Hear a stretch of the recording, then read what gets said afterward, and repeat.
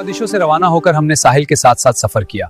कई दिनों के बाद उफुक पर एक जजीरा नजर आया। जजीरा है, समंदर से 2 दिन का फासला। इसका सरजमीन पर कोई इलाका नहीं, सिर्फ समंदर, जजीरा, लोगों की खुराक केले और मछली है। जजीरे पर फलदार दरख्त तो हैं, लेकिन अनाज नहीं, जो बाहर से लाना पड़ता है। दीनदार, शरीफ और रास्तबाज हैं, और उनकी मसाजिद लकड़ी की खूबसूरत तामीर। यहाँ के लोग अपनी खुराक ज्यादातर केलों और मछली पर गुजारते हैं। जी हाँ, जजीरे पर फलदार दरख्त तो हैं, लेकिन अनाज नहीं। मोम्बासा के लोग दीनदार, शरीफ हैं। जी हाँ, और इनकी मसाजिद लकड़ी की खूबसूरत तामीर है।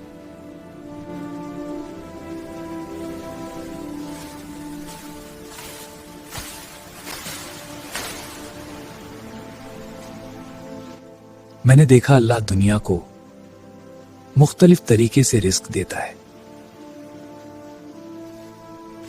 मोम्बासा के लोग बहुत दीनदार हैं। उनकी मसाजिद लकड़ी की बनी हुई हैं, मगर कितनी खूबसूरत हैं।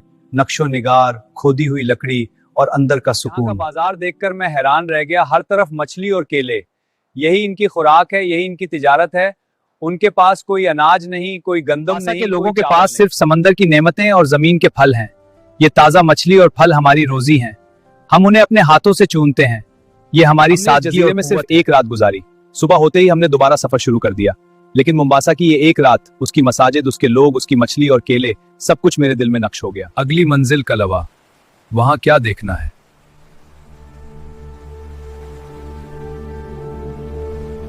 हमने मोम्बासा जजीरे में सिर्फ एक रात गुजारी। सुबह होते ही हमने दोबारा सफर शुरू कर दिया, लेकिन मोम्बासा की ये एक रात यादगार रहेगी।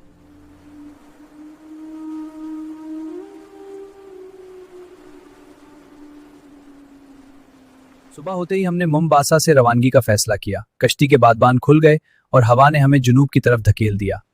मैंने पीछे मुड़कर देखा, जजीरा धीरे धीरे गायब हो रहा था। लेकिन हमारे पास वक्त कम है, कलवा हमारी अगली मंजिल है। ये वही सितारे हैं जो सहरा में हमारा रास्ता दिखाते थे, और अब समंदर में भी अल्लाह की इतने सारे सितारे, मैंने कभी इतने सितारे नहीं देखे।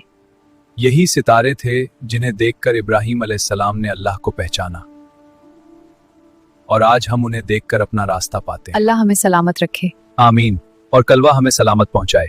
कलवा कैसा होगा? लकड़ी के खूबसूरत मकानात, बड़ी मस्जिद, और सुल्तान बहुत सखी है। रात गुजर रही थी और कश्ती आहिस्ता आहिस्ता जुनूब की तरफ बढ़ रही थी। सितारे ऊपर चमक रहे थे और नीचे समंदर शुक्र अदा। मैंने अपनी बीवी की तरफ देखा। वो सो गई थी, मेरे कंधे पर सर रखकर। इस सफर में, इस तन्हाई में वो मेरे साथ थी।